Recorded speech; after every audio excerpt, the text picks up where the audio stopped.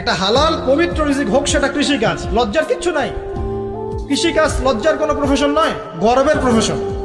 কারণ আল্লাহ পাক বহু নবীকে রাখালি করিয়েছেন, পশুপালন করিয়েছেন। জানেন, মুসা আলাইহিস সালামকে আল্লাহ পাক পশুপালন করিয়েছেন 8 বছর 10 বছর। এগুলো কোনো লজ্জার প্রফেশন নয়, এটা গর্বের প্রফেশন। আপনি হালাল রিজিক, অর্থনীতি হোক, আপনার কৃষিভিত্তিক হোক, বা ব্যবসা করেন হালাল কোনো, বা গভর্নমেন্ট জব, বড় বড় গভর্নমেন্ট জবের জন্য ট্রাই করেন, সেটাও ভালো।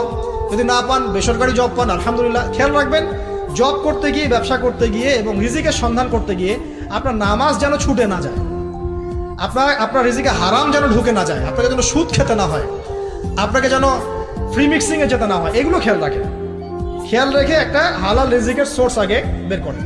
প্রয়োজন উদ্যোক্তা হন, নতুন কিছু উদ্যোগ গ্রহণ করেন, উদ্যোক্তা হয়ে নিজে কিছু প্রতিষ্ঠা করে দেখান, এমন কিছু করেন। এরপরে আপনি বিয়ের ফিকিরটা করেন, রিজিকের ব্যবস্থাটাকে করে নেন, তারপরে ওদিকে যান। আপনার আপন ভাই হিসেবে আমি কথাগুলো বলছি, মনে করেন। আমরা কৃষক, আমাদের দুঃখের সীমা নাই। ফাল্গুনে গান গুনগুনিয়ে ধান খেত